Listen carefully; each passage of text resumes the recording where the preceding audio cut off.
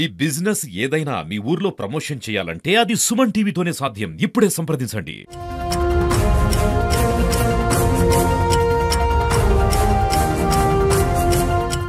Welcome to Suman TV Warangal. Hanumakonda ప్రాంతాల్లో అంటే చాలా ప్రాంతాలలో లైంగిక వేధింపులు మనం నిత్యం వింటూనే ఉన్నాం. దానికి సంబంధించిన ఎన్నోసారి ఆందోళనలు కూడా జరుగుతున్నాయి. కానీ ఇర్ఫాన్ సోహెల్ అనే వ్యక్తిని ఎట్టకేలకు CCLR నుంచి హైదరాబాద్ CCL నుంచి సస్పెండ్ చేస్తూ ఉత్తర్వులు వెలువడ్డాయి సోమవారం రోజు. దీనికి సంబంధించిన ఒక్కసారి పూర్వపరాలు పరిశీలిస్తే నిజానికి కంచె చేనుమేసిందా, రక్షకుడే భక్షకుడైనా, ఎన్ని సామెతలైనా చెప్పుకోవచ్చు.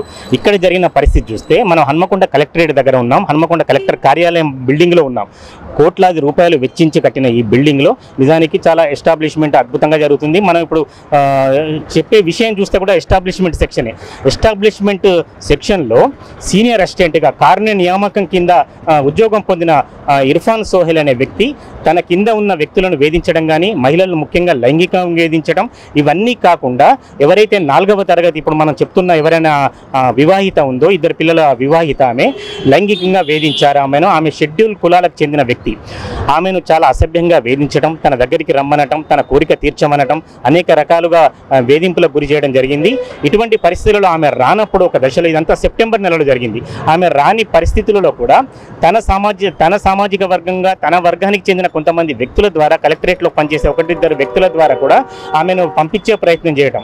ఇది ఇలా ఉండగా దీనికి సంబంధించి సెప్టెంబర్ ఏదైతే ఇన్సిడెంట్ జరిగిందో ఆ రోజు నిజానికి 2వ శనివారం రోజు మహిళా ఉద్యోగులు రావాల్సిన అవసరం లేదు.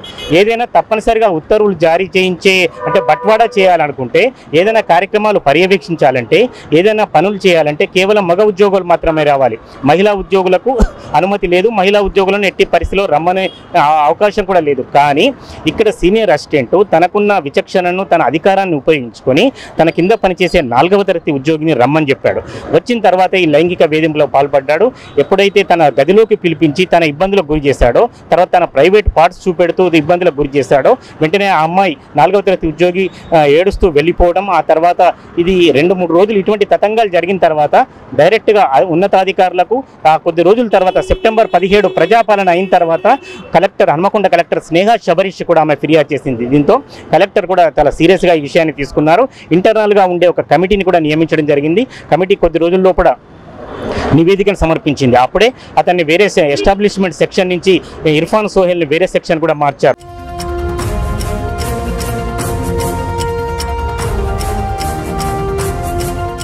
ఈరోజు హన్మకొండ కలెక్టరేట్కి సంబంధించి ఇర్ఫాన్ సోహెల్ సీనియర్ అసిస్టెంట్ గత 2 నెలలుగా ఈ పేరు నాంతుంది. ఎట్టకేలకు CCL అధికారులు సస్పెండ్ చేశారని, దీనికి సంబంధించి SC/ST అట్రాసిటీ కేసు కూడా నమోదైంది. వీటికి సంబంధించి హన్మకొండ ACP నరసింహారావు గారు మనతో ఉన్నారు. కేసు వివరాలకు సంబంధించి కానీ ఎలాంటి కేసు ఏ సెక్షన్ల కింద నమోదైందో ఒకసారి వారిని అడిగి తెలుసుకుందాం. సార్ చెప్పండి, ఇర్ఫాన్ సోహెల్ మీద దాఖలైన కేసు ఎటువంటిది, ఏ సెక్షన్లో, దాని మీద ఎలాంటి యాక్షన్ తీసుకోవచ్చు? హన్మకొండ కలెక్టర్ ఆఫీస్లో ఒక మహిళా ఉద్యోగస్తురాలు వర్కింగ్ ప్లేస్లో, ఉమెన్ వర్కింగ్ ప్లేస్లో సెక్సువల్ హరాస్మెంట్కి సంబంధించి తోటి ఉద్యోగి ఇర్ఫాన్ సోహెల్ మీద కంప్లైంట్ ఇవ్వటం జరిగింది.